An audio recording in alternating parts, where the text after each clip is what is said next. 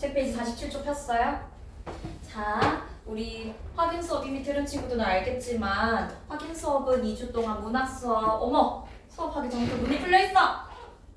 확인 수업은 2주 동안 문학 수업, 진도 수업은 2주 동안 독서 수업이라고 했어요. 책 잘 챙겨 오셨고요. 자, 오늘은 위크 14를 할 거예요. 자, 그러면은 다음 주 숙제는 어떻게 될까요? 과제집도 수업 교재도 위크 14를 해오면 되겠죠? 오케이? 자, 그리고 다음 주에 우리 모의고사잖아요. 그래가지고 쌤이 김규담이 없어요. 다음 주에 모의고사잖아. 그래가지고 쌤이 좀 작년 모의고사, 작년 10월 모의고사를 좀 이따가 줄 거거든. 근데 이제 화요일이 모의고사잖아요. 그러면은 월요일 날 좀 풀어보면 어떨까요? 월요일 12시 전까지 풀어서 쌤한테 보내주는 것이 어떨까요? 표정 피시고요. 영상으로 찍어서 보내주세요. 쌤이 좀 이따가 줄게요. 오케이? 자, 그래서 다음 주까지 숙제는 수업 교재랑 과제집 위크 14 그리고 화요일 날 모의고사니까 이제 월요일 밤 12시 전까지 모의고사를 좀 풀어가지고 쌤한테 보내주면 좋을 것 같아요. 왜냐면 우리 친구들 모의고사 겁나게 어려워하잖아요. 모의고사 어렵잖아요. 맞죠? 연습을 좀 해보도록 합시다. 난 도저히 못하겠다 손. 없죠? 좋아요. 자, 이렇게까지 얘기하고 있는데 김규담이 안 오네. 양준경 친구 맞네. 준경이도 요즘 지각을 안 하는데 니는 왜 지각하는데? 왜 지각하는데? 시간 생각보다. 시간 계산 잘. 시간 계산을 잘못했어. 누구 잘못이야? 제 잘못. 맞지? 네. 요즘 양준경도 안 지각하는데 고기봉도 안 넣는데 이 첫 진도 수업 때부터 혼날래? 알죠. 으이? 덕기쌤한테 다 일러. 자, 우리 덕기쌤 친구인데 이제 쌤반으로 옮겨가지고 이제 배경이들 같이 수업할 거예요. 김규답씨랑 우리 기범이 좋지요? 네. 자, 그러면은 책 빨리 47쪽 펴라. 이제 책까지 안 가져왔으면 진짜 살려두지 않으려고 했는데 가져왔네요. 자, 그러면 우리 친구들 정규가 되게 오랜만이에요. 그쵸? 우리 수업 끝나고 나면은 정규 때 뭐 쳤는지 기억나시나요? 뭐 했어, 김규담이? 우리 수업 끝나고 나면 늘 뭐 쳤었어, 정규 수업 때? 어휘. 어휘 테스트 쳤죠? 오늘도 어김없이 어휘 테스트 칠 거고요. 어렵지 않습니다. 쌤이 뭐 나오는지 힌트도 줄 거니까 우리 친구들 다 맞아봅시다. 8개 다. 오케이? 자, 그러면 오늘 쌤은 두 지문을 다 보는 게 목표입니다. 우리 친구들 집중 잘 해주시고요. 모의고사 비문학 특히 어려워하는 친구들 많잖아요. 쌤이랑 오늘 고3 거 지문들 보면서 비문학을 어떻게 읽어야 하는지 살펴보도록 할게요. 자, 비문학 지문을 맞췄을 때 제일 먼저 뭐부터 봐야 돼요? 고기범? 뭐 봐야 돼? 문제 봐야지, 문제! 눈을 멀뚱멀뚱 뜨고 있어. 문제 봐야지요, 문제. 자, 문제 한번 보도록 하겠습니다. 197번. 가를 읽고 이해한 내용으로 적절하지 않은 것은 쌤은 일단 197번을 딱 보면 무슨 생각을 할 거냐면 쌤 보세요. 197번은 가만 읽고도 풀 수 있는 문제구나. 그리고 가라는 말이 있으면은 지문이 가나다 혹은 가와 나로 이루어져 있겠구나. 그 중에서 가만 읽고도 풀 수 있으니까 가 읽고 바로 197번을 풀어야겠구나. 머리가 돌아가야 됩니다. 적절하지 않은 것은 아는 부분을 표시하고 적절한 것은 아는 것은 이거 잘못 보고 문제 틀리면 너무 아쉽죠. 시작과 동시에 고기만 또 멍 때리지?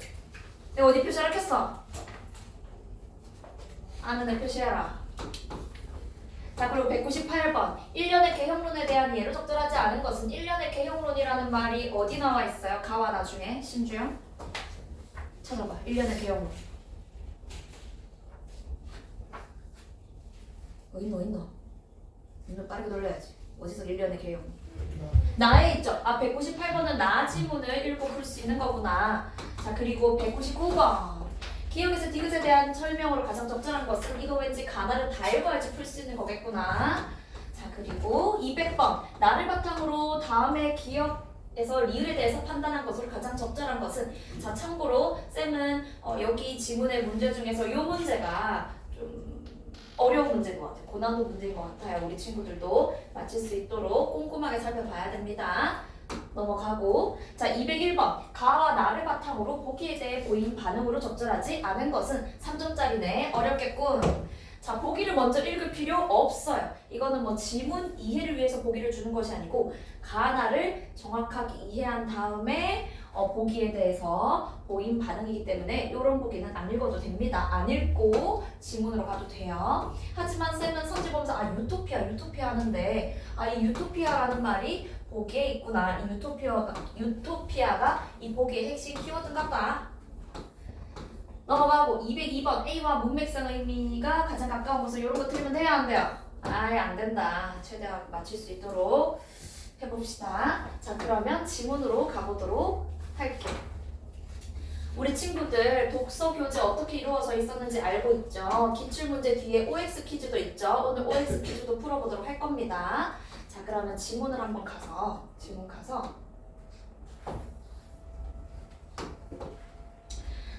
가 지문의 첫 번째 문단과 두 번째 문단을 지금 읽어주세요. 시간은 1분 30초 드리겠습니다. 연필 들어라. 연필 들고 중요한 부분을 표시하면서 풀어라.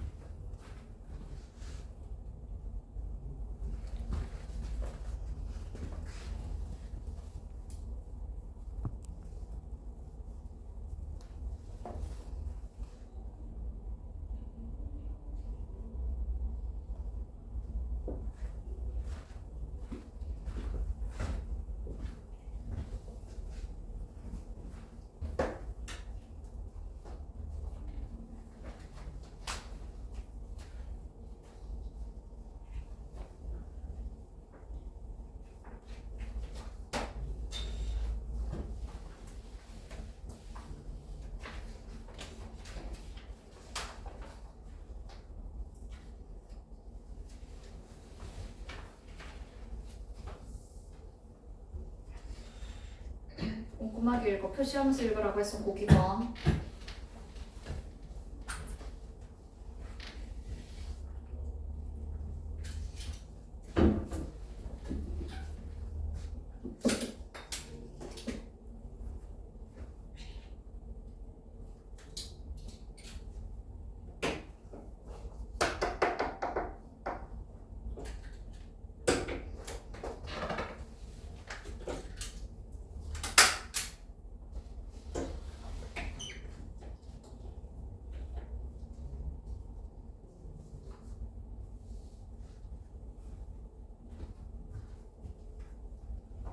왜 표시 안 하는데?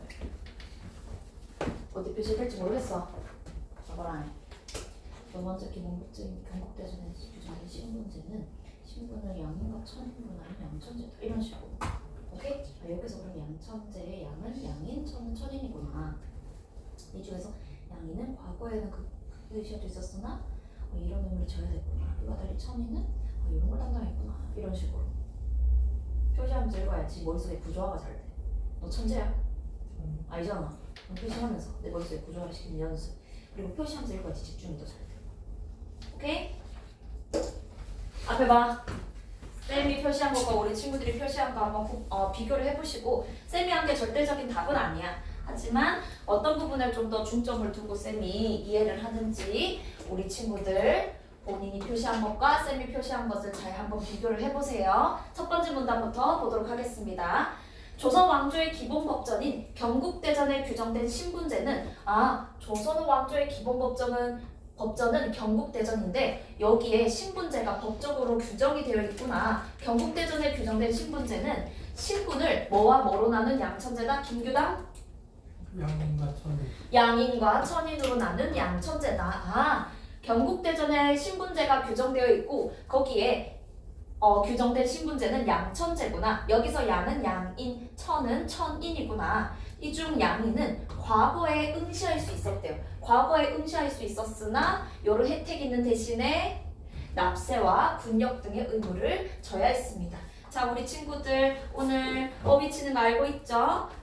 쌤이 보라색으로 형광펜 하는 거 한번 보세요. 보라색으로 형광펜하는 것이 어휘 테스트에 나오겠구나. 잘 봐둬야 되겠구나 생각해 주세요. 군역이 뭘까 주영아? 군역이 뭘까요? 군대 맞아요. 우리 남학생들 나중에 가는 거 있잖아요. 군대. 양이는 과거에 응시할 수 있는 대신 납세를 해야 돼. 납세가 그럼 뭔데? 납세 고기범 납세가 뭐야? 세금 내고 군역 군대 가야 되고. 자 그리고 천이는 개인이나 국가에 소속되어서 천안 역할을 담당했대요. 천역, 천안일, 3D 업종 있잖아요. 드럽은 일들, 힘든 일들 담당한 거예요. 천인이. 그래서 양인이 해야 되는 거, 천인이 하는 거 이렇게 나눠서 설명을 해주고 있네.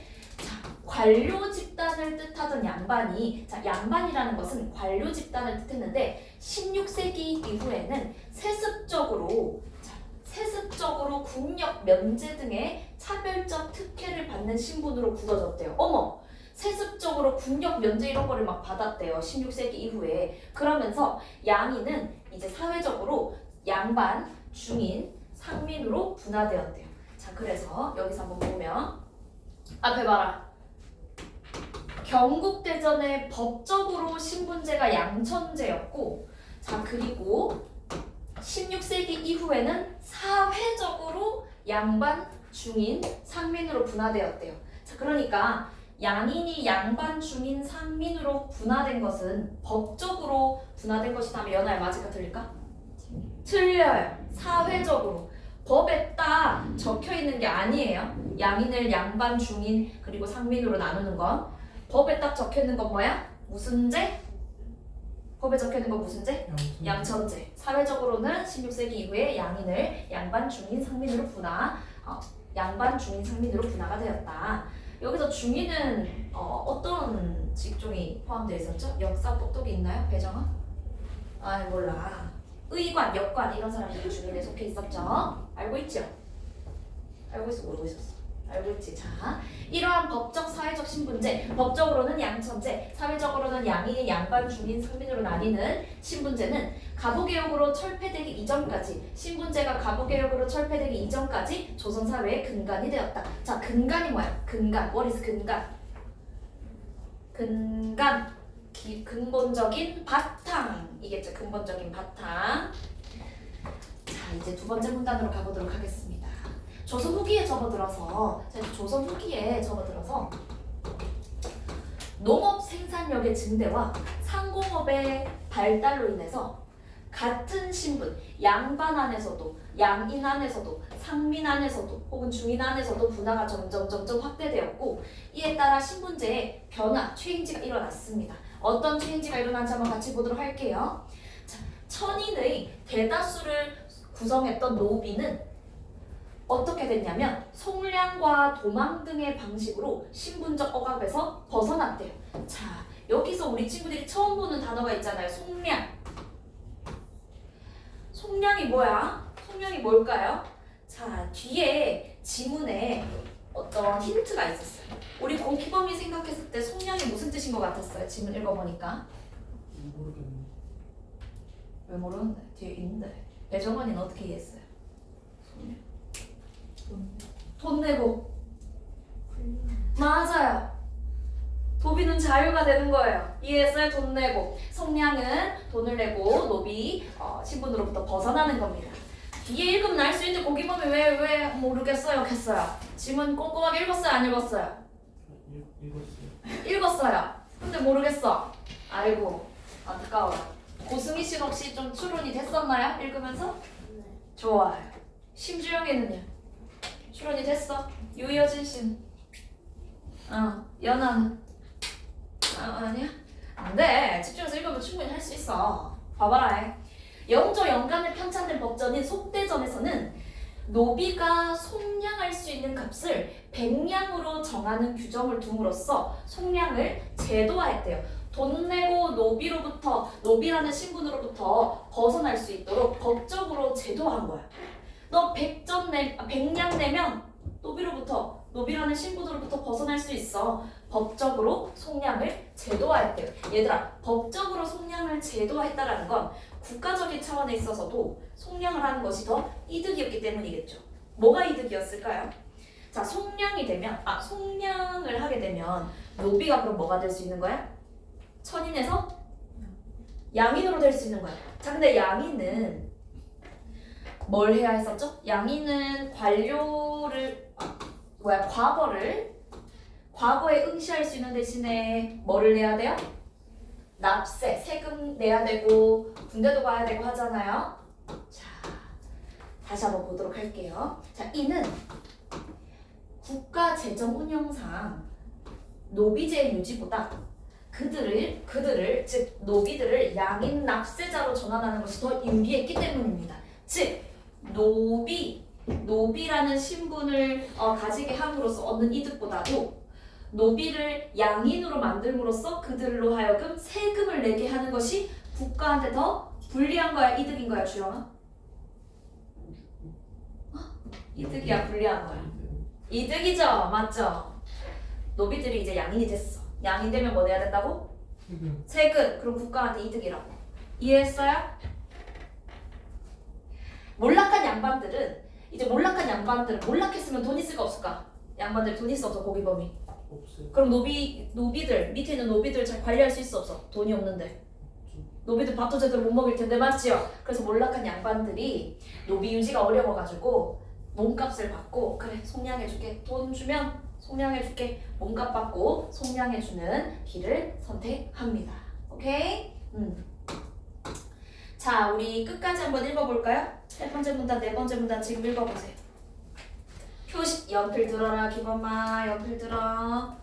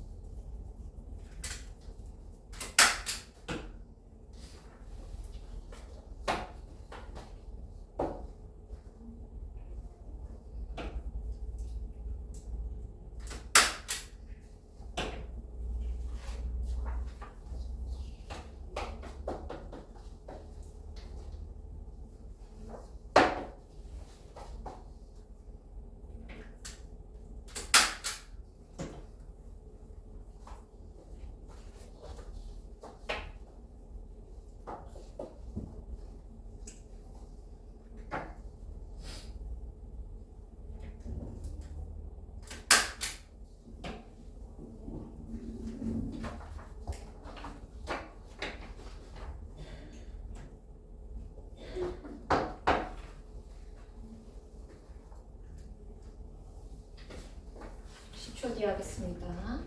10, 8, 7, 4,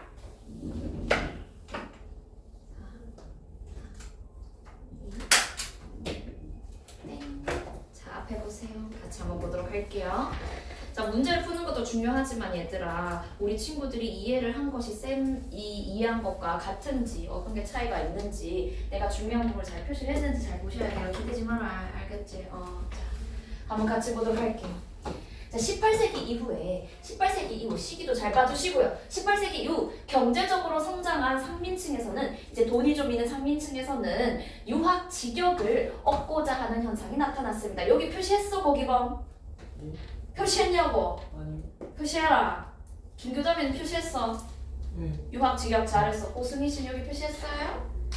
아, 해야죠. 유학 직역. 너무 중요한 키워드인데, 자, 여기서 유학은 벼슬을 하지 않은 유생을 지칭했으나 이 시기에는 관료로 지출하지 못한 이들을 가리키는 직역 명칭으로 굳어졌대요. 이 유학이라는 것은 원래 벼슬하지 않는 유생들 지칭했지만 이 시기에는 18세기 이후에는 관료로 진출을 하지 않은 양반들을 가리키는 직역 명칭으로 굳어진 거예요. 오케이?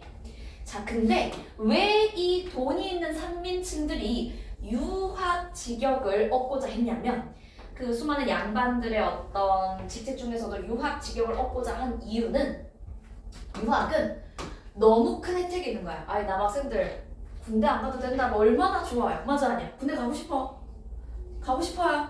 주영이 안 가고 싶잖아.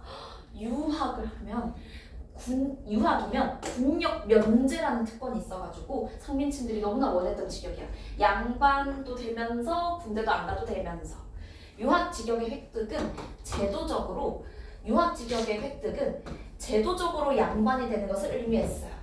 법적으로는 제도적으로는 양반이 되는 걸 의미했어. 자 그런데 자 나는 원래 상민인데 유학 직역을 얻었어. 그러니까 연아야 나를 양반으로 인정해. 근데 연아는 본투비 양반이야. 쌤을 양반으로 인정해줄까 안 해줄까 얘들아? 안 해줘요. 네가 무슨 양반이야? 뭐 유학 직역 얻으면 뭐 다 양반인 줄 알아. 이렇게 되는 거예요. 온전한 양반으로 인정받는 것을 의미하는 것은 아니었습니다. 오케이? 자 당시에 진짜 양반 집단의 일원으로 인정받기 위해서는 어떤 조건이 필요했냐면 유교적 의례의 준행 그리고 문중과 족보의 편입이 필요했습니다. 자 유교적인 의례의 준행 여기서 준행은 행하는 거야. 쫓아서 행한다 이런 뜻이고요. 문중은 그러니까 양반 집안으로의 편입 이런 조건이 필요했던 거야. 자 쌤 보세요. 유학 직역을 얻으면 제도적으로 양반은 맞으나 양반을 인정해준다 안 해준다? 네가 무슨 양반이야? 뭐 유학 직역하면 다 뭐 양반인 줄 알아 이렇게 돼. 진정한 양반이 되기 위해서는 유교적 의식을 따라야 돼. 유교적 의식을 따라야 하고요. 여기 형광펜 동그라미 해야지. 쫓아서 행한다는 뜻이고요. 문중 양반 지방과 족보에 편입이 돼야지 네가 진정한 양반이 될 수 있어. 오케이? 위로는 부모를 따르고 밑으로는 자식들 잘 보살피고 아침에 일찍 일어나가지고 책 읽고 걸음걸이는 어떻게 걸어야 되고 이런 것들 있잖아요. 그런 걸 다 따라야지 양반이 될 수 있다. 진정한 양반으로 인정받는다. 이에 따라 일부 상민층은 유학 직역을 바탕으로 나도 양반 될 거야 하면서 양반 문화를 모방하면서 양반으로 인정받고자 했습니다. 자 조선 후기에는 신분 상승 현상이 일어납니다. 신분 상승 현상이. 그러면서 양반층의 하한선과 더 내려갈 수 없는 한계선, 비양반층의 상한선, 더 올라갈 수 없는 한계선이 근접하는 모습이 나타납니다. 그러니까 양반으로 넘어갈 수 있는 허들이 점점 낮아지는 거예요. 이해했어요? 자, 양반층의 하한선과 비양반층의 상한선이 접근하는 겁니다. 자, 여기서 비양반층에는 어떤 게 속하는 걸까요?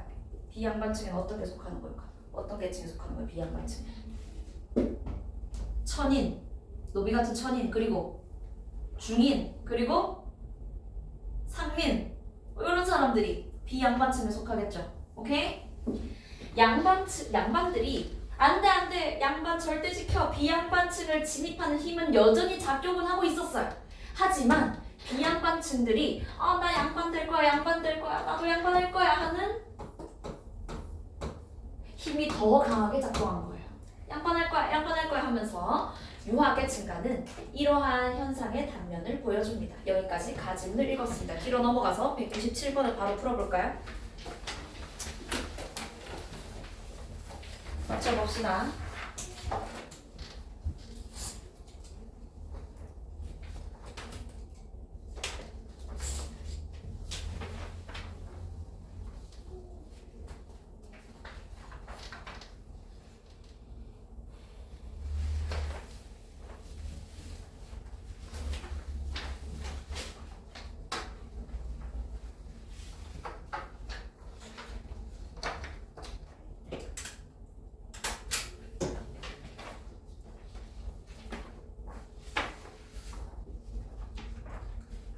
주연이 똑바로 앉고 허리 나간다.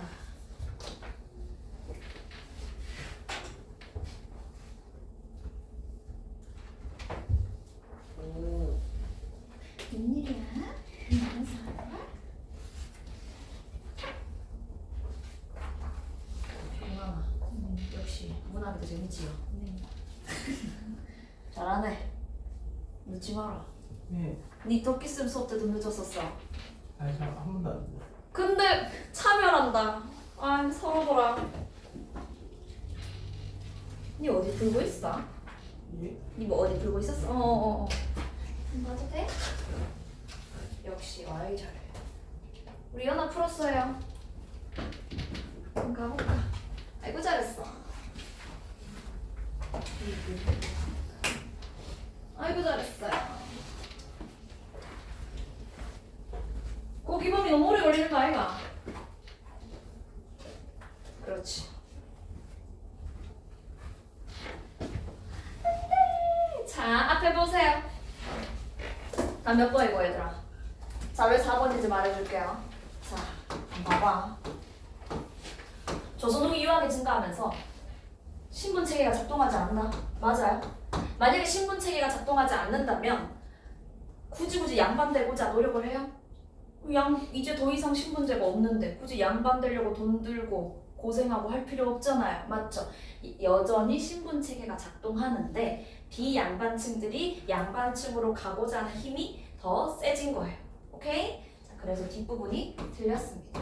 자, 5번 같이 보면 조선 후기에 상민이 유학의 직역을 얻었을 때 양반의 특권을 일부 가질 수는 있어요. 왜냐면은 이제 군역, 면제 이런 특혜를 또 받을 수 있는 제도적인 양반으로서 인정은 받아요. 하지만 온전한 양반으로 인정받지 못했다. 이건 맞는 말이고, 자 이번에는 그러면 나지문을 한번 읽어보도록 하겠습니다.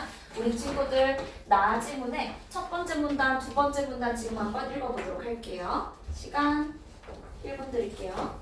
1분 15초?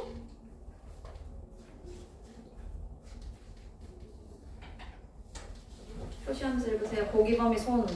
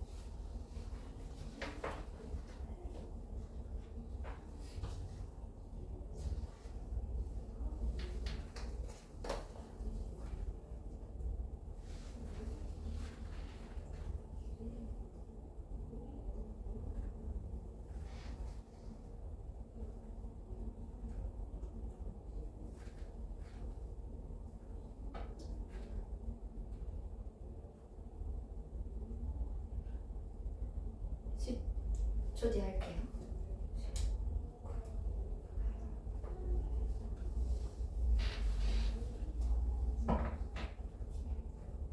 앞에 보세요. 얘들아, 이 지문을 읽을 때 눈이 반짝반짝해야 돼. 치열하게 풀어야 돼. 이 뒤에 기출 문제가 좀 어렵거든요. 다 맞는 친구가 잘 없어요. 진짜 이걸 다 맞는다 아주 비문학 똑똑이에요. 첫 번째 문단부터 한번 같이 보면 경국대전 체제에서 앞에 봐라.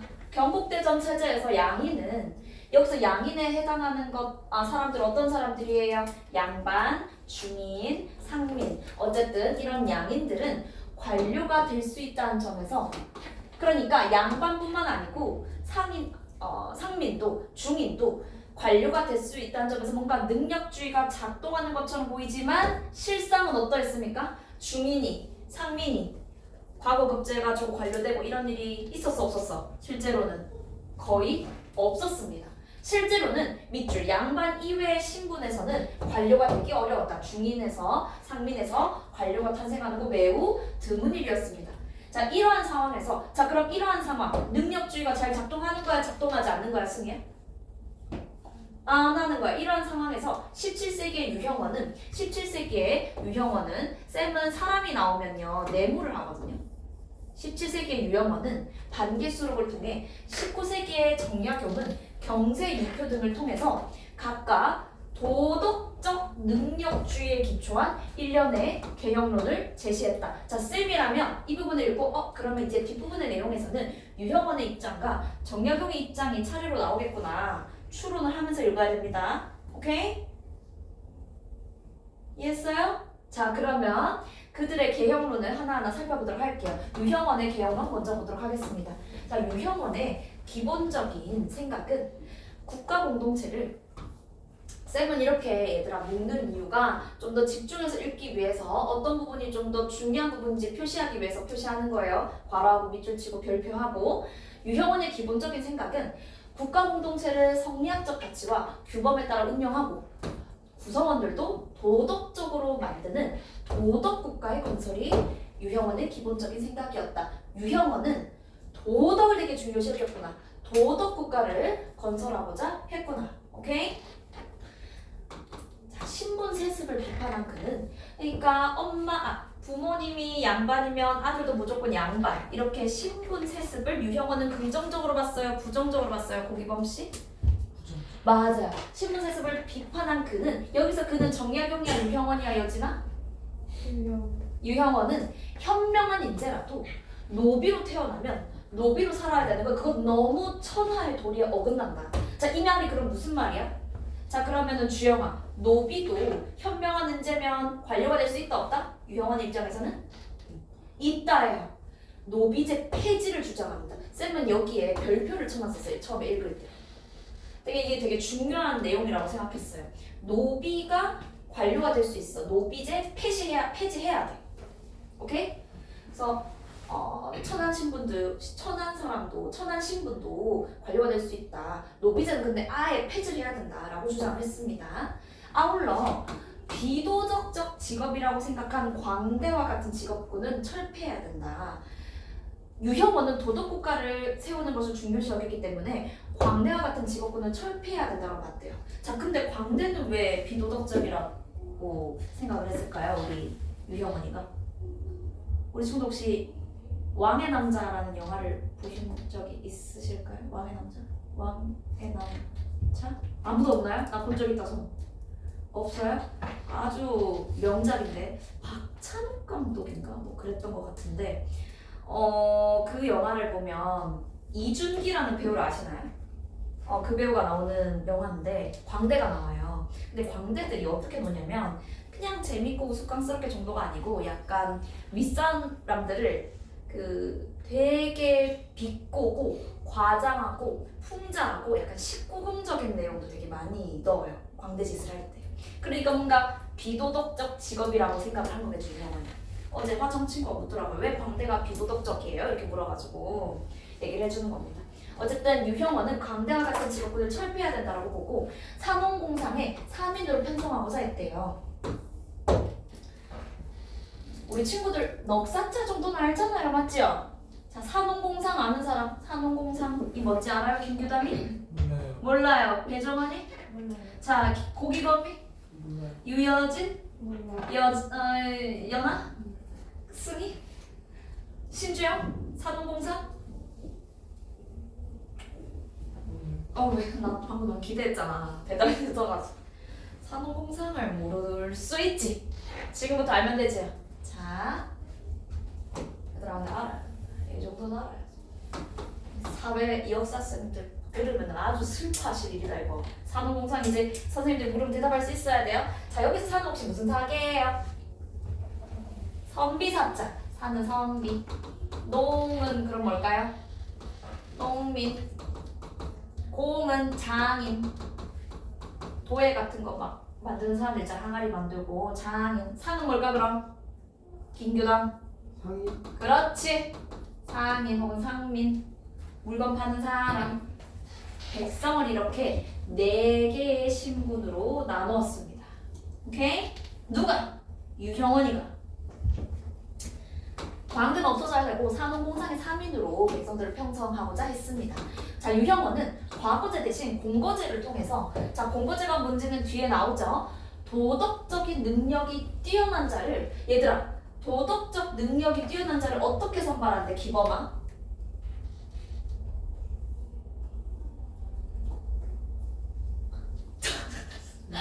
왜 대답을 못하는데? 아니 질문 못 들어보시. 왜 못 듣는데? 니 왜 자꾸 내 말 안 들어주는데? 아, 안 되겠다. 고기방 진실에만 가야겠다. 어? 도덕적 능력이 뛰어난 자를 추천으로 선발한다. 쌤은 여기다 표시했어요. 왜냐면 이 추천이란 말이 되게 뭔가 중요할 것 같았거든요. 어떻게 선발하는지가 왠지 나올 것 같았거든요. 오케이? 혹시 여기 표시한 사람 있을까요? 추천? 연아 표시했어? 아 뭐야 표시? 주연이? 했어 표시? 했어? 자, 추천으로 선발해가지고 여러 단계 이제 교육을 합니다. 그러니까 제가 봤을 때는 고승희 씨가 도덕적으로 아주 능력이 뛰어난 것 같은데 한번 살펴보시면 어떨까 해서 이제 승희가 추천으로 선발되면 여러 단계의 교육을 받는 거야. 그 다음에 최소한의 학식을 확인해가지고 관료로 임명을 합니다. 오케이? 일단 처음에는 추천으로 선발되는 거예요. 자, 도덕을 기준으로 도덕적이어야 돼. 사람 맞는 말이야. 도덕을 기준으로 관료를 선발하고 자, 지방에서도 관료 선발 인원을 적절히 분배하면 그렇게 되면 향촌사회의 농촌사회, 향촌사회의 풍습도 도덕적으로 이끌 수 있을 거야. 도덕을 엄청 중요시 여기네요. 오케이? 우리 친구들이 이 시대 때 태어났으면 유영원의 입장에서 봤을 때 우리 친구들 추천으로 선발될 수 있었을까? 유영원의 입장에서 봤을 때 다 추천 맞겠죠. 우리 친구 얼마나 도덕적인데. 정약용의 입장 한번 살펴보도록 하겠습니다. 우리 친구들 끝까지 읽어주세요.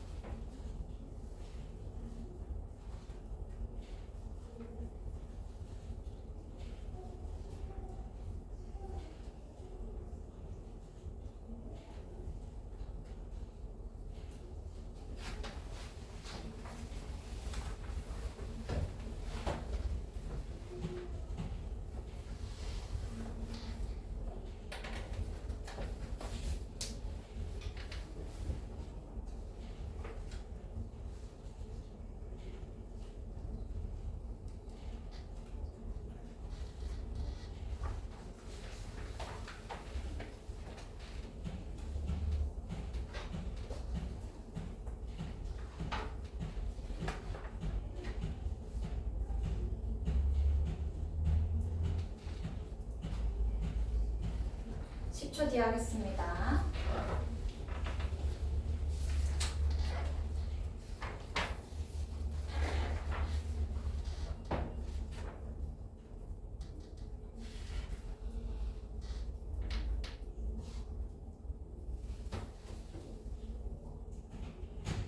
교장이 다 읽었어?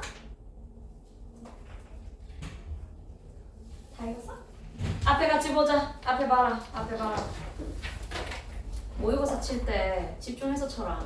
진심으로 쳐라. 알겠어. 디비전 안 돼. 알겠어요. 알겠어요. 진심으로 쳐. 대충 치면 안 된다. 알겠어. 오케이? 이 성적까지만 뭐라 안 해. 근데 이제 쌤 죄송해요. 제가 전날 너무 열심히 놀아가지고 좀 졸았습니다. 그대로 그냥 보충 한 3시간 때린다. 알겠지 기범아? 네. 자, 앞에 보세요. 이번에는 정약용이 이야기하는 개혁론을 살펴보도록 할게요. 정약용과 유형원을 뭔가 비교하는 문제가 나올 것 같죠? 정약용 보도록 하겠습니다. 쌤은 인물들의 좀 네모를 표시하거든요.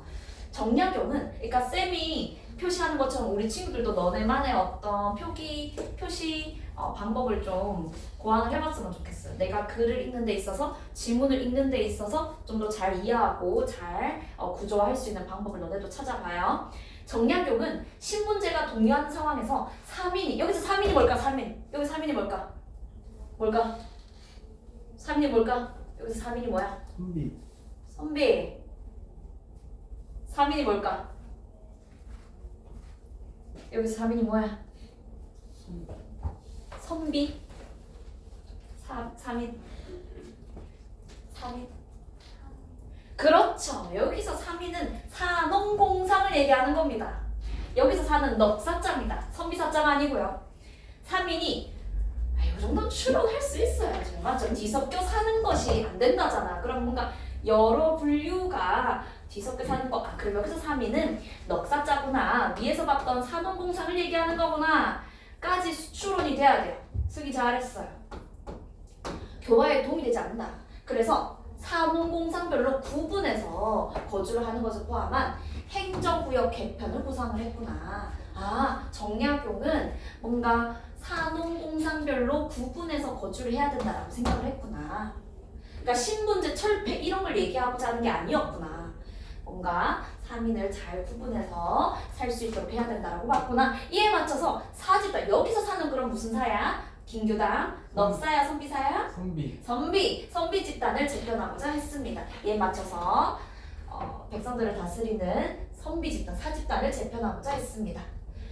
아까 유형원과 마찬가지로 정약용은 도덕적 능력의 여부에 따라서 얘들아 이봐 유형원과 마찬가지로 정약용도 추천으로 예비관료인 선사를 선발한대요. 자, 정약용의 선발 방식 보도록 할게요. 도덕적 능력이 있냐 없냐, 뛰어나냐 뛰어나지 않냐에 따라서 추천으로 예비관료인 선사를 선발. 그러니까 바로 추천받는다고 해서 바로 관료가 되는 건 아니고 예비관료인 선사를 선발하고 일정한 교육을 한 후 여러 단계의 테스트를 거쳐서 관료를 선발할 것을 제안합니다. 유형원과의 어떤 유사성이 있죠? 자, 근데 이 사거주지에서 더 많은 선사를 선발하도록 했습니다. 자, 여기서 그럼 사는 무슨 사자일까요, 여진아? 넉사일까, 선비사자일까? 넉사. 선비. 배정환이.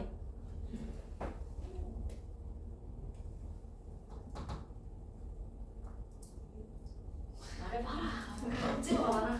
선비야, 넉사야. 하나, 둘, 셋. 넉사. 선비. 고기범이. 선비. 정답은 선비입니다. 선비들이 사는 거주지에서 더 많은 선사를, 그러니까 선비가 사는 곳, 그리고 농민들이 사는 곳, 장인들이 사는 곳 이렇게 있을 거 아니야. 그들 중에서 이제 선비들의 거주지에서 더 많은 선사를 선발하도록 했으나 농민과 상공인에도 여기서 사가 넉사가 아니고 선비라고 추론할 수 있는 것도 이 뒷부분을 봤어야지 추론할 수 있었던 거겠죠. 농민과 상공인에도 선사의 선발 인원을 배정하는 등 노비 이외에서 사집단으로 진출할 수 있도록 했습니다. 사거주지에서 선사를 많이 선발하긴 하지만 노비 이외에서 근데 이 말 중요하죠. 노비 이외에서 사집단으로 진출할 수 있도록 했대요. 즉 농민, 상인, 공인에서 선발을 해. 근데 노비는 안 돼. 나쁘다 맞죠? 노비 중에서도 훌륭한 사람이 있을 수 있는데 우리 정약용 씨는 노비 이외에서 사집단으로 진출할 수 있다라고 얘기를 했네요. 자, 쌤은 여기에 또 별표 썼어요. 왜? 유형원과의 차이기 때문에 노비제에 대해서는 유지돼야 된다고 봤습니다. 유형원은 노비제에 대해서 어떻게 생각했죠, 고기범이? 폐지라고 했죠. 잘했어요. 자, 차이를 알 수 있겠죠, 얘들아. 쌤은 이걸 보면서 무조건 생각했어요. 이거 무조건 묻는 문제 나온다라고 생각을 했거든요. 자, 도덕적 능력주의와 관련해서 이 유형원과 정약용은 모두 사회 지배층으로서의 사회에 주목했습니다. 사회 지배층으로서의 사회에 주목했습니다. 여기서 사는 거는 무슨 사자일까? 넉사일까요? 선비사일까요? 사회 지배층이래.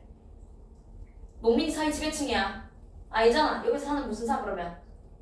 선비죠. 유형원은 다스리는 자인 사와 다스림을 받는 자인 민의. 자, 유형어는 다스리는 자인 사와 다스림을 받는 민의 구분을 분명히 해야 된다. 신분제를 완전히 없애야 된다라고 보지 않는 거야. 구분이 있어야 돼 라고 보고 도덕적 능력이 뛰어난 사람들로 지배층인 사를 구성하고자 했습니다. 도덕적인 사람이 위에 가야 돼. 지금도 그래야 되는데 맞죠? 그런 거 같나요? 도덕적 능력이 뛰어난 사람들이 우리를 지금 저기 윗사람들인 것 같나요? 우리 배정환을 생각했을 때 어때요? 난 아무 말도 안 했다. 자, 정약용도 양반의 세습을 비판하면서 양반이면 아빠가 양반이면 아들도 무조건 양반 비판하면서 역시나 도덕적 능력에 따라 사회 지배층을 재편하는 데 입장을 같이 합니다. 자, 그리고 또한 두 사람은 사회 전체의 도덕 실천을 이끌기 위해서는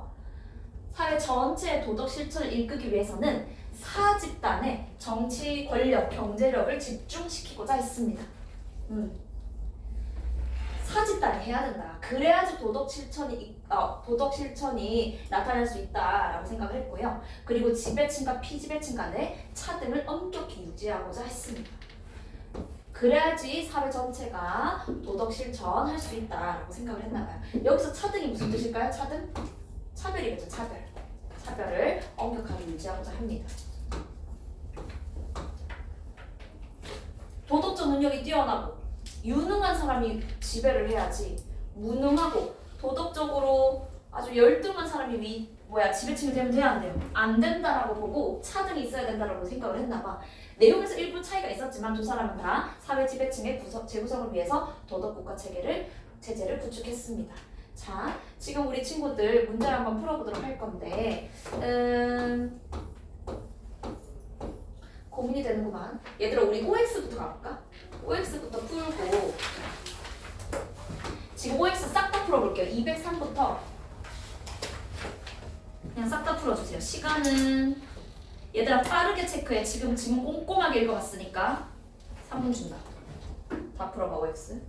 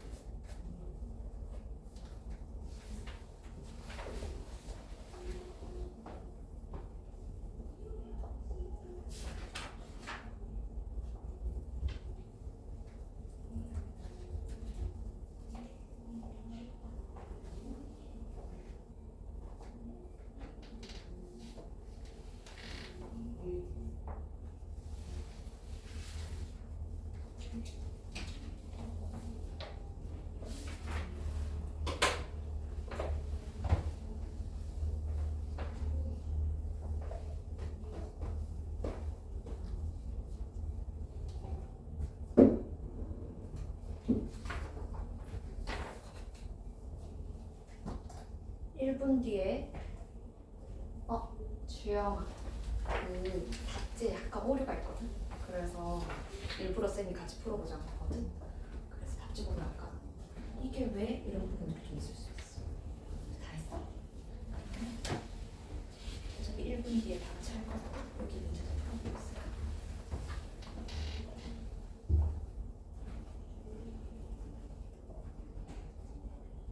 1분 더 드릴게요.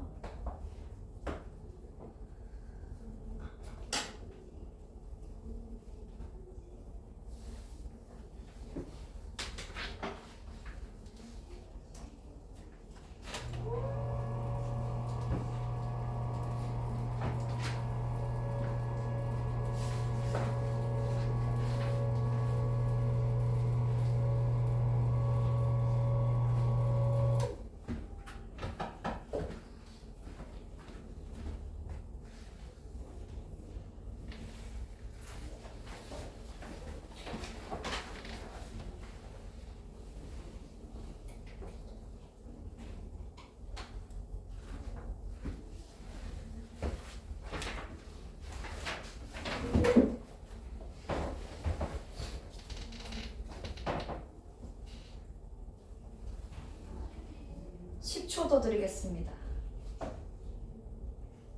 10.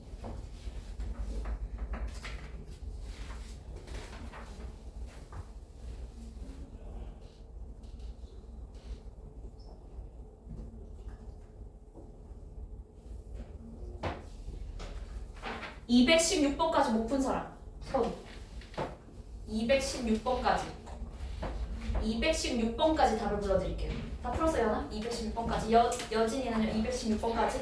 다 했어요? 고기범은요? 자, 뒷부분은 조금 덜 훔치고 있어서 216번까지 답을 불러드릴게요. 여기 부분은 답에 살짝의 오류가 덧지어 있어가지고 쌤이 여기를 답을 불러드리는 겁니다. 자, 불러드릴게요. XXO 203부터야. XXO 미안해. 다시 203부터 처음부터 XXO 206번부터 볼게요. XOX 209번부터야. XXO 212번부터 OOOX 그리고 216번 X입니다. 오케이? 다시 불러드리면 203번부터 XXO XOX XXO OOOX X인 거예요. 자, 질문 받을게요. 203번 괜찮나요? 204번 205번 206번 괜찮아요? 207번 208번 질문 있으면 해라. 208번 오케이. 208번 자, 앞에 같이 볼까요? 자, 208번 자, 속대전이 속량을 제도화함으로써 새로운 방법이 생겼다. 자, 요게 틀린 이유는 원래 속량은 있었어. 원래 속량이 있었고 그게 제도화, 법적으로 딱 제도화되진 않았었는데 속대전이 속량을 제도화한 거야. 왜? 국가적 차원에서 이득이니까. 오케이? 제도화함으로써 방법이 생긴 게 아니고 속량은 원래 있었고 이 원래 있었던 게 나라, 국가적으로도 도움이 되니까 제도화를 한 거야. 이해했어요? 요게 먼저 속량이 원래 없었는데 속대전이 제도화함으로써 방법이 생긴 게 아닌 거예요. 오케이? 좋아요. 나 또 질문 209번 210번 오, 잘했네. 211번 212번 213번 214 215 216 alright? 괜찮? 오케이. 자, 그러면 잠깐 앞으로 가서요. 객관식도 한번 풀어보도록 할 건데 객관식 문제 아이고 문제 199, 200번 풀어보세요. 199번과 200번을 풀어주세요. 48쪽에 199번과 200번을 지금 풀어봅니다. 시간은 2분 30초 정도 드릴게요. 3분 드릴게요. 30분까지 풀어주세요. 199, 200 199, 200입니다. 199번, 200번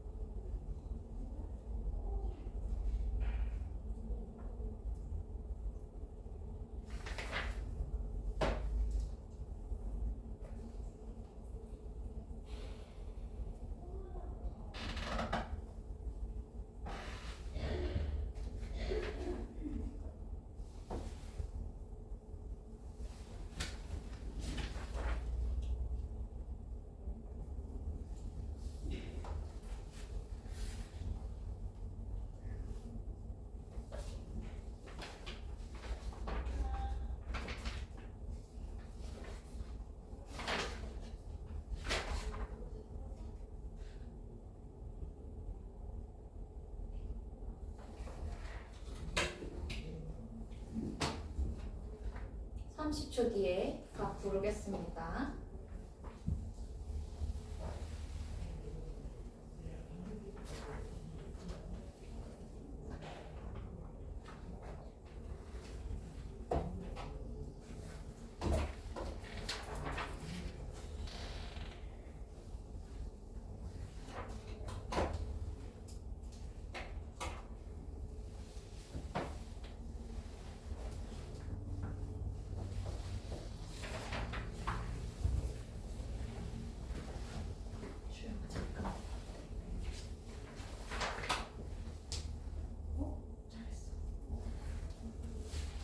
그렇지.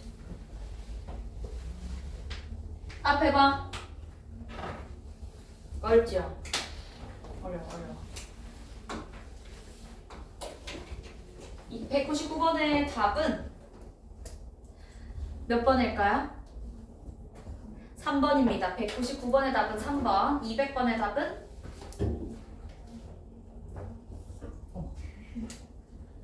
5번입니다. 자, 잘 보세요. 너무 잘해. 자, 어려웠죠? 앞에 한번 같이 보도록 할게요. 199번에 2번 한 친구도 있고 4번 한 친구도 있는데 이게 니은 같은 경우는 얘들아 선사를 선별을 하는 거잖아요. 자, 근데 이 선사가 사거주지에서 뭐 더 많이 뽑고자 했지만 그래도 농인과 그리고 공인 그리고 상인에서도 선사를 뽑고자 했습니다. 자, 근데 여기서 이게 틀렸어요. 기존 양반들의 기득권을 강화하는 건 아니에요. 기존에 있는 양반들의 기득권을 강화하는 게 아니고 도덕적 능력을 갖춘 사람들을 선사로 뽑는데 사에서 좀 더 많이 뽑긴 하지만 다른 거주지에서도 뽑기 때문에 기존의 양반들이 가진 기득권을 강화한다? 이 말은 틀렸습니다. 원래 뭔가 힘을 가지고 있던 양반들의 기득권을 강화하기 위한 방법 아니고요. 자, 4번은 어디가 틀렸을까요? 사회 지배층의 인원을 늘려? 이 부분이 틀렸습니다. 지배층의 인원을 늘린다 이런 말은 없었습니다. 오케이? 답은 3번이고요. 자, 200번은 자, 우리 이거 해볼까? You and John 이렇게 한번 써보세요.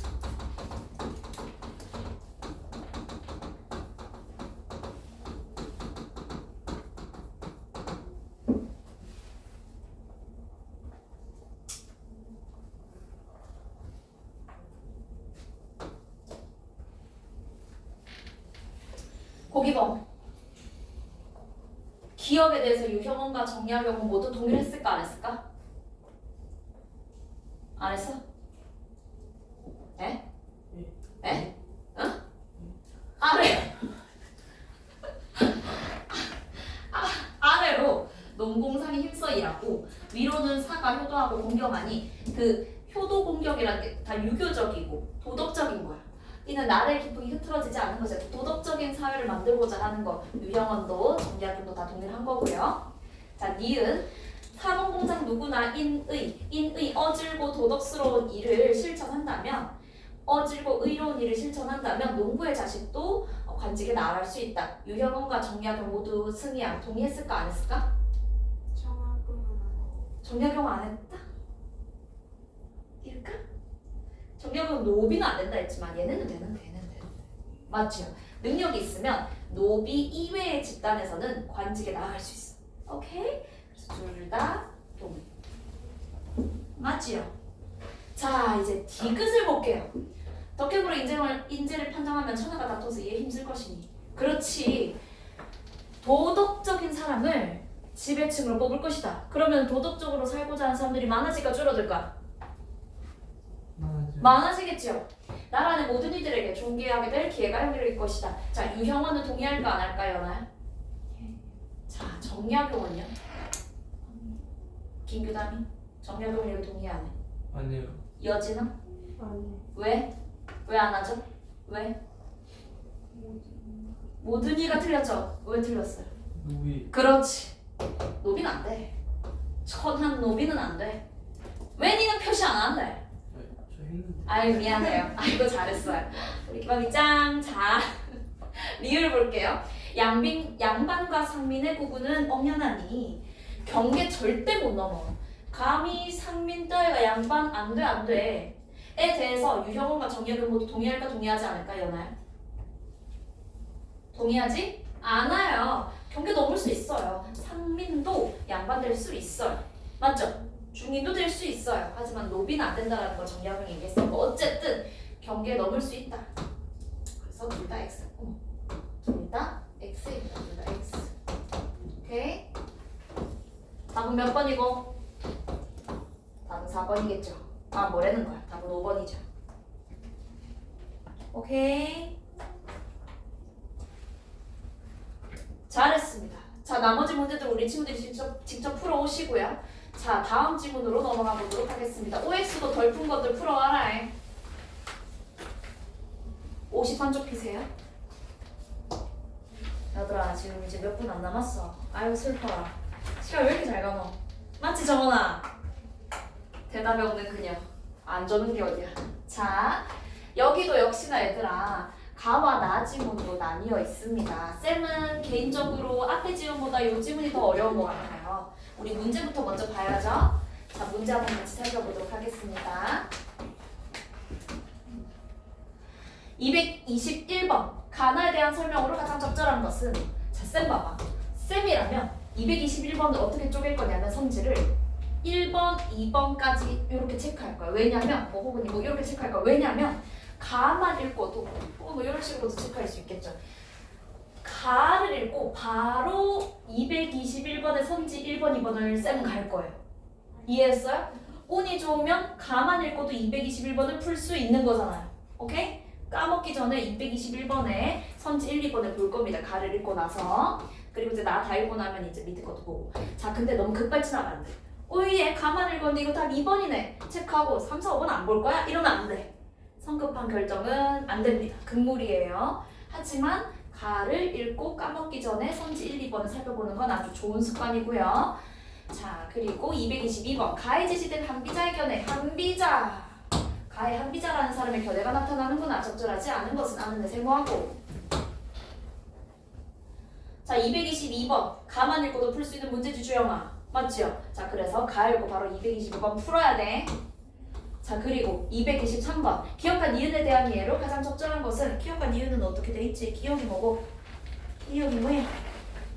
어딨노? 기억이 뭐야, 그 단어? 유학자의 유학자 입장. 그리고 니은은 학문적 소신. 자, 그러면은 요거는 나를 읽고 풀 수 있는 거네. 맞죠? 넘어가고. 자, 그리고 224번 나의 왕한석과 오징의 입장에서 쌤이라면 표시한다고. 왕한석, 오징 얘네들을 잘 봐야 되는구나. 입장에서 다음에 기억에서 리을에 대해서 판단한 것으로 가장 적절한 것은 224번 어렵습니다. 자 넘어가고 225번 보기를 참고할 때 가와 나의 사상가에 대한 왕부지의 평가. 왕부지가 누구야? 아 왕부지는 여기 보기에 나와 있는 사람이구나. 가와 나의 사상가에 대해서 왕부지가 어떠한 평가를 내릴까? 적절하지 않은 것은 가와 나를 읽고 나서 225번을 보기를 읽어도 돼요. 이거 읽고 가나 갈 필요는 없습니다. 자 마지막 225번 A와 문맥상의 의미가 가장 가까운 것은 제일 쉬우면서도 우리 친구들 틀리는 문제지요. 자 그러면 지문을 한번 가보도록 하겠습니다. 가지문을 한번 읽어볼까요? 자 이번에는 가지문을 한번 싹 다 읽어볼게요. 시간 2분 드리겠습니다. 고개 떼고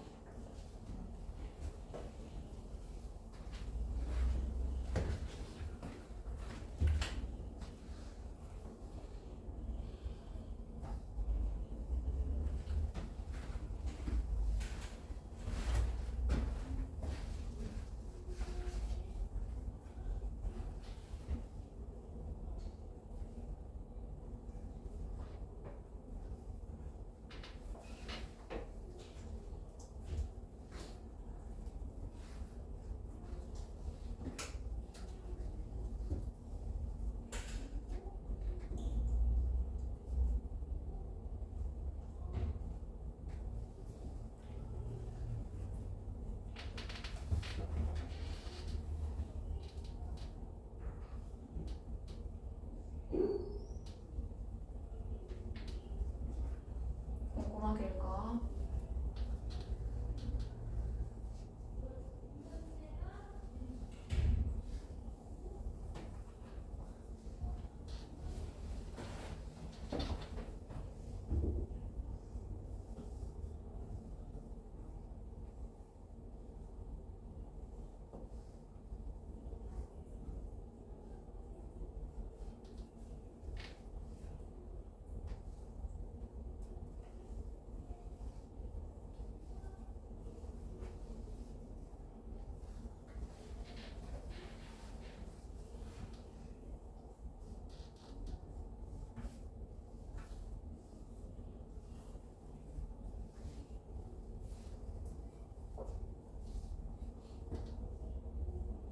일 분 남았어요.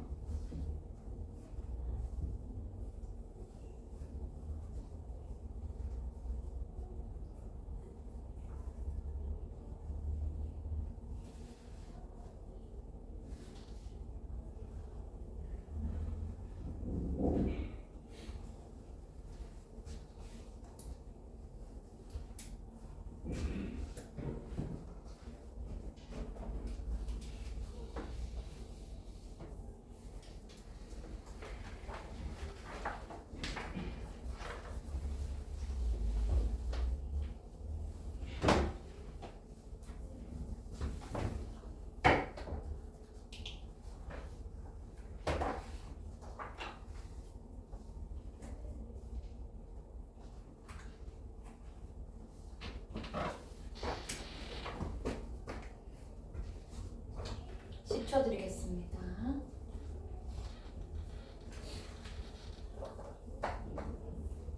저 나랑 또 손 놓고 고기밥이 억수로 고집이 세네.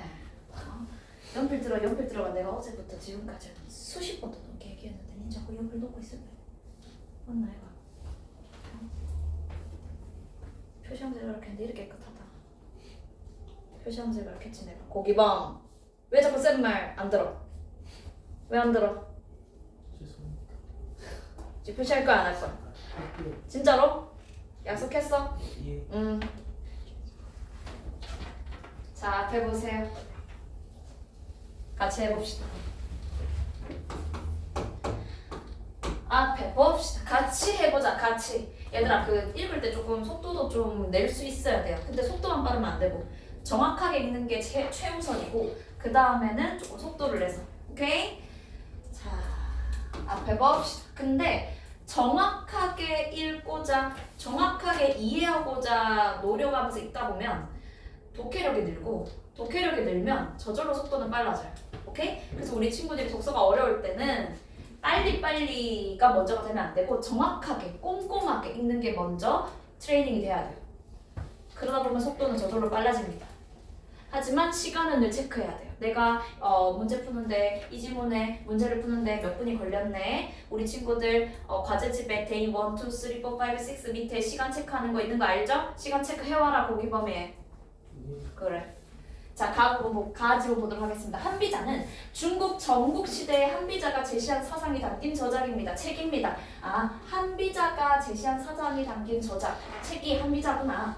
여러 나라가 패권을 다투던 혼란기를 맞아서 중국 전국시대의 기원 전이거든요. 2000년도 넘었습니다. 2000년도 전에 여러 나라가 패권을 다투던 혼란기를 맞아서 엄격한 법치를 통해서 부국강병을 꾀한 한비자는 부국강병이 뭐야? 부국강병이 뭐야? 아는 사람? 뭐야? 부국강병. 부국강병. 뭐라고? 돈 많이? 돈 많으면 나라가 튼튼하긴 하지. 자, 부국강병은 나라를 굳건하게 튼튼하게 만드는 거. 엄격한 법치를 통해 부국강병을 꾀한 한비자는 노자에 대한 해석을 통해서, 노자라는 책에 대한 해석을 통해 자신의 법치 사상을 뒷받침했고, 자, 이러한 면모는 노자에 대한 해석을 통해서 자신의 법치 사상 뒷받침한 이러한 면모는 한비자의 해로, 유로 같은 부분에서 확인할 수가 있습니다. 오케이? 자, 그래서 한비자의 면모, 한비자 이런 거에서 확인할 수 있습니다. 한비자는 엄격한 법치를 통해서 부국강병을 꾀하고자 했다. 한비자의 면모를 요 책의 요 부분을 통해서 확인할 수 있다. 자, 두 번째 문단. 노자에서 돈은 자, 여기서 돈은 핵심 키워드입니다. 돈은 가지문에서도 나지문에서도 계속 나옵니다. 자, 노자에서 말하는 돈은 뭐냐면 만물 생성의 근원이래요. 만물이 생성되는데, 만들어지는데 근본 바탕이 되는 게 돌이에요. 자, 돌을 천지 만물의 존재와 본질의 근거라고 본 한비자의 이해, 이와 다르지 않습니다. 노자에서 말하는 도와 한비자가 말하는 도 같다라는 거예요. 자, 근데 완벽하게 일치하는 건 또 아니거든요. 자, 어쨌든 노자에서 말하는 도, 만물 생성 근원. 한비자도 그렇게 본다. 자, 그는, 여기서 그가 누굴까요? 신주영이? 그가 누구야? 한비자야, 노자야?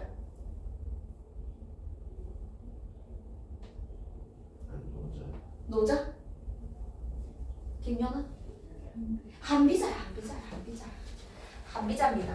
한비자는 우리는 지금 한비자의 면모를 살펴보고 있습니다. 자, 한비자의 이론을 보고 있어요. 한비자는 자연과 인간, 사회 모든 현상은 도의 영향을 받지 않을 수 없다. 즉, 자연과 인간, 사회 모두 도의 영향을 받는다, 안 받는다, 정원아? 받는다. 인간 사회의 일은, 인간 사회에서 벌어지는 일은 도에 따라서 잘 행했는가, 행하지 않았는가 여부에 따라서 제대로 행했으면 성공하는 거고, 제대로 행하지 않았으면 패가 드러나는 것입니다. 한비자는 그렇게 얘기했어요. 자, 근데 한비자는 그 노자라는 책에 제시된 영구불변한, 자, 한비자는 노자에 제시된 영구불변하는 도의 항상성에 대해서, 자, 이거에 대해서 한비자가 어떻게 얘기했을까요? 항상성이 뭘까요? 항상성이 뭐고? 유지되는 거야. 우리 몸은 항상 항상성을 가지고 있다. 항상성을 지키고자 합니다. 유지하는 겁니다. 상태 유지. 노자에서 제시된 영구불변하는 도의 항상성에 대해서 한비자는 어떻게 얘기했냐면, 아니 근데 도가 그 천지 만물과 더불어서 영원히 존재하는 건 맞거든? 영원히 존재하는 건 맞지만 그 성질이 변하지 않는다라고 하면 맞아요? 틀려요? 기우다마? 틀려요. 도는 영원히 존재하는 건 맞지만, 존재하는 건 맞는데 형태도 달라지고 뭔가 의미도 달라지고 하는 거예요. 도가 모습과 이치를 일정하게 유지하는 건 아니야. 존재는 영원히 하지만 그 모습과 이치와 형태가 일정하게 유지되는 건 아니라고. 오케이? 정원이는 10년 전에도 있었고 지금도 있어요. 맞죠? 하지만 모습이 똑같아요? 10년 전이랑 지금이랑? 아니잖아요. 존재는 계속해서 있었지만 모습이 일정하게 유지된 건 아니었잖아요. 우리 정원이가. 도도 마찬가지예요. 도는 영원히 존재하는 건 맞지만 도가 모습과 이치가 일정하게 유지되는 건 아닙니다. 그리고 도는 형체가 없대요. 그리고 일정하게 고정되어 있지 않대요. 그래서 때와 상황에 따라 유연하게 변화하는 것이래요. 쌤이 지금 끊는 거 보여요? 끊는 거 보여? 문장이 기니까 끊어요. 의미 파악에 용이하기 위해서 끊습니다. 니네도 끊어라. 거기 보면 안 끊었지요? 끊어라. 형체 없어. 고정도 안 돼 있어. 때와 상황에 따라 유연하게 변화해. 가변적이네. 도가 바로 가변적이란 말이 나오죠. 도가 가변성을 지니고 있어야지 도가 일정한 곳에만 있지 않게 되고 그래야지 도가 모든 사물의 존재와 본질의 근거가 될 수 있어 라고 파악한 사람 누구라고요? 한비자라고요. 그는 도가 가변적이야. 변하기 때문에 도가 가변적이니까 통치도 고정되면 안 돼 라고 주장합니다. 그 다음 문단. 자, 한편 한비자는 다 돼간다. 집중해. 한비자는 도를 구체적인 사물과 사건에 내재한 개별적인 법칙을 총합한 게 도다라고 봤대요. 우리 지금 한비자에 대해서 계속 보고 있어. 한비자는 도를 구체적 사물 사건에 내재한 개별 법칙의 통합으로 보고 노자의 도에 시비 판단의 근거라는 새로운 의미를 부여했대요. 자, 노자 책에 나와 있는 도에 시비 판단의 근거라는 새로운 의미를 부여했대요. 정원아, 시비 판단이 뭐야? 시비 거는 거야? 규담이가 정원이에게 시비 걸었다. 그 시비일까요?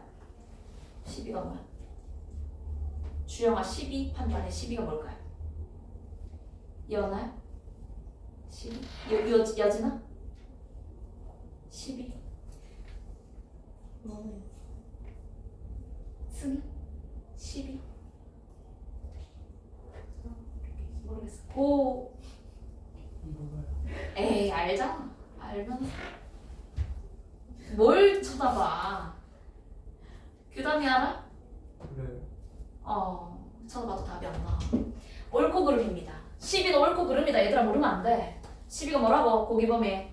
옳고 그래, 써놔라. 시비는 옳고 그름이다. 옳고 그름. 모르면 안 된다, 얘들아. 알겠죠? 너네가 생각보다 어휘가 조금 힘든 게 지금 보이죠? 그러니까 우리 친구들 모르는 단어 있으면 그냥 넘어가면 안 되고 맥락에 맞게 파악을 하고 다 읽고 나서 모르는 게 있으면은 찾아듣고 낙서하지 말고 자, 항상 존재하는 도는 맞아. 도는 항상 존재해. 하지만 형태 없고 그리고 옮겨다녀. 고정되지 않았어. 항상 존재하는 도는 개별 법칙을 포괄하기 때문에 다양한 개별 사건의 옳고 그름을 판단하는 기준이 될 수 있고 이러한 도에 근거해서 법을 집행해야 다양한 사건을 판단할 수 있어. 오늘 법을 만들고 제정하고 법대로 행해야 다양한 사건을 판단할 수 있습니다. 도에 근거해야 합니다. 이러한 이해를 바탕으로 그는 여기서 그렇게 해서 한비자야 만족을 모르는 인간의 욕망을 사회 혼란의 원인으로 봤습니다. 인간의 욕망을 사회 혼란의 원인이다 라는 노자의 견해에 동의해. 하지만 노자의 견해에 전적으로 동의하는 건 아니야. 뒤를 보면 노자에서처럼 욕망을 완전히 없애야 돼 라고 주장하지는 않아요. 그건 안 하고 인간은 욕망을 필연적으로 가질 수밖에 없어. 인간은 욕망에서 벗어날 수 있어 없어? 벗어날 수 없어. 모든 인간은 욕망을 가지고 있어. 필연적으로. 그거를 지적하면서 그러한 모든 인간이 필연적으로 가지고 있는 욕망을 제어하기 위해서 법이 필요한 거야. 오케이? 자, 쌤 봐봐요. 노자는 욕망이 사회 혼란의 원인이야. 그래서 욕망 없애야 돼 라고 했는데 한비자는 아니야. 욕망이 사회 혼란 원인은 맞지만 욕망을 완전히 없앨 수는 없어. 필연적으로 가질 수밖에 없는 거야. 욕망 없앨 수 없어. 없앨 수는 없지만 제어는 할 수 있어. 이해해서 배정원이? 우린 한비자의 입장을 한번 살펴봤습니다. 자, 그러면 나중에는 우리 친구들이 집에 가서 읽고 문제를 한번 풀어보도록 할 건데요. 자, 지금 쌤이 몇 가지를 나눠드리도록 할 겁니다. 자, 일단 첫 번째. 얘들아, 숙제는 또 까먹을라. 먼저 넣어놓을게.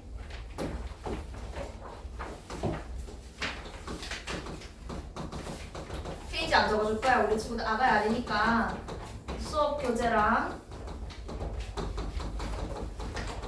과제집 다 114 114 오케이.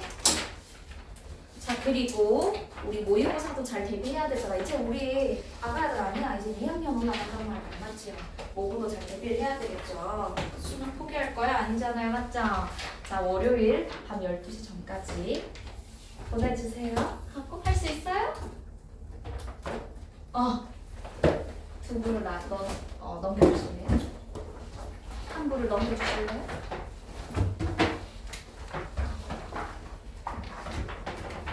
자, 그래서 위에 써놔. 월요일 밤 12시 전까지. 월 밤 12시 전까지. 똑바로 적어라. 이름 적는 거였어. 월 밤 12시 전까지. 이거 너무 어려하나? 기범이한테? 고개를 끄덕끄덕. 그만큼 관심을 가져주는 거지. 그치, 기범아? 저번에 대답 안 한다. 자, 주영이 하나 넘겨줘. 거미 테스트 칩시다. 기범이 자꾸 멍 때리잖아. 막 글씨도 약간 이상하게 써. 그러면 돼, 안 돼? 돼요, 안 되고요. 글씨 알아보기로 해야 되죠? 쓰세요. 오늘은 10월 10일